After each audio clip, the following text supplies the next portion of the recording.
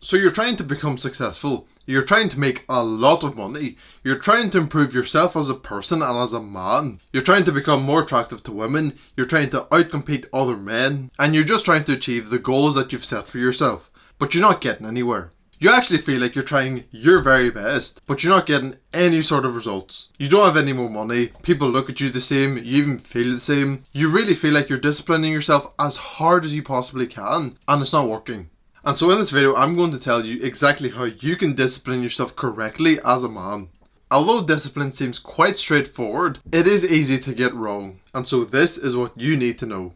Before you actually start to discipline yourself correctly and try to achieve big goals that you've set for yourself, look around yourself. What do your immediate surroundings look like? Is your room and or home a mess? And even if it's not a complete mess, is it messy enough for you to tidy it? And if you answered yes to either of those questions, take care of that first.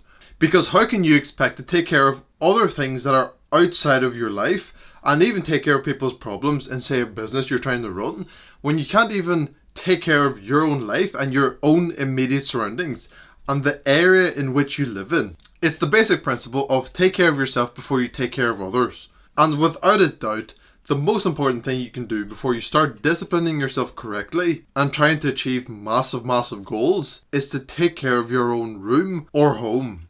And the thing is that most people find that too trivial. They don't think like something like that would actually help them. But of course you need to do that. Because who would want help or advice or guidance from you if your room is a mess? If they've seen that and then you try talking to them, they're not going to listen because they're going to see that you don't actually take care of yourself. If your bed is an absolute mess, a pile of shit packed on top of it, and there's shit scattered all over the room, and it's also said that your living area is a projection of your mental state or your mind. Because if it's a mess, it means that your mental state or mind is messy. If it's tidy and neat and clean, it means that your mental state or mind is the same. And so you understand that you need to take care of your room or living area first, but you don't feel like you can do it. It's too much of a big task, and for whatever reason, you do not have it within you to go and do it. Well, in that case, do what you can.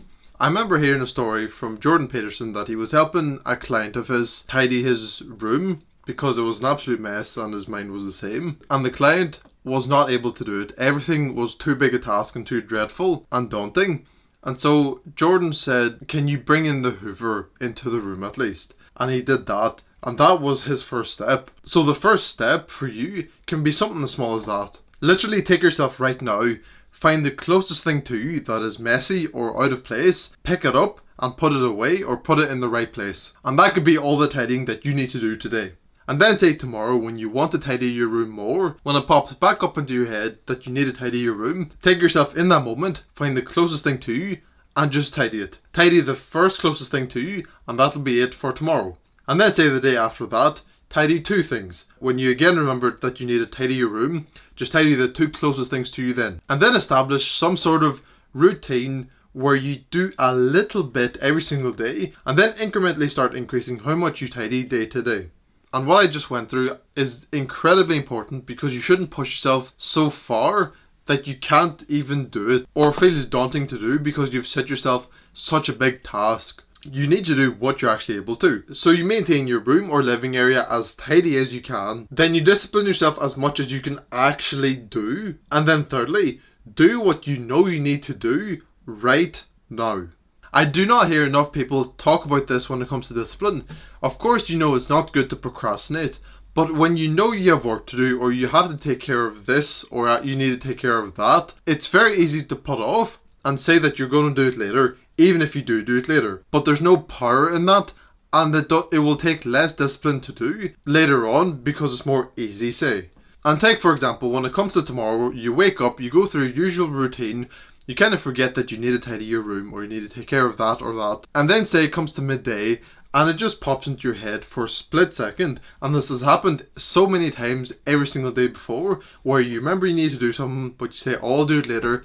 Then you get caught up doing stuff and then you completely forget about it. And so when that responsibility of tidying your room or taking care of something pops up, do it. Do not put it off and use the discipline and willpower that you have to go carry that out right now. And from doing that, you're going to develop your discipline so much more, because it is of course more difficult to do something in the moment because you may be doing something else or you weren't mentally ready to do it, but you go do it anyway. So you would develop more discipline and you would just become mentally stronger as well by fighting through this mental resistance of doing this thing, even if it's little. And as you're taking care of the responsibilities that you have set out for yourself, of course there will be days where you're feeling good and you feel like you can do much more than you've set for yourself, because the daily rules that you've set for yourself are set out with the mind frame of being sustainable over the very long term.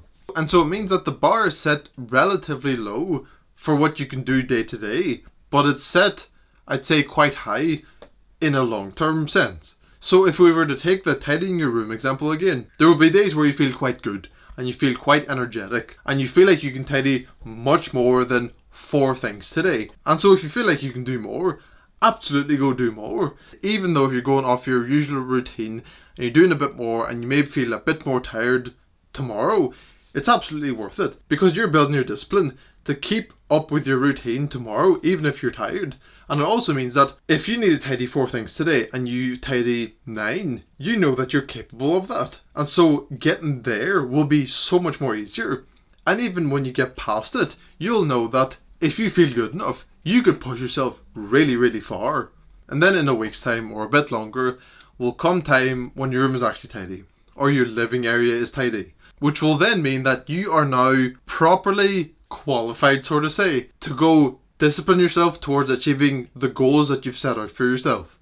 Because again, living and being in a tidy space is a projection of your mind. And if your mind is tidy, neat and grounded and calm, then it means that you should go take on more responsibilities and try to take care of more things. And you would follow the exact same steps that I've talked about. So your living area or room is tidy. You do what you know you're actually capable of doing without pushing yourself too far. And you do what you know you need to do right now. And so it's this 3-step plan that you need to keep going through, making sure that the first step, which is being in a tidy living area or room, is always taken care of.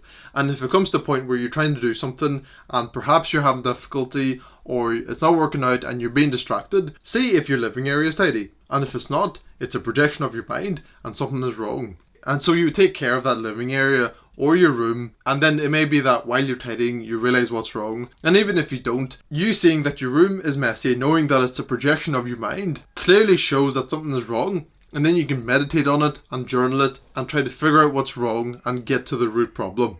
And then after that, again, you set out to discipline yourself on something that you could actually do, and then when you think of it, do it now.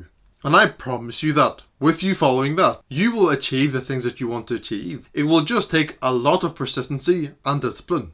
And with you now understanding how to build your discipline and how to maintain it at a very high level, all you need to do is stay consistent with that and stay persistent and keep working incredibly hard towards what you want to achieve and getting the success that you aspire to get, getting the attraction from women that you wanted, getting the money that you've been wanting, outcompeting and absolutely dominating other men, and ultimately achieving your purpose in life. Click and watch this video right now. Put in enough time and attention because that will make anything into reality.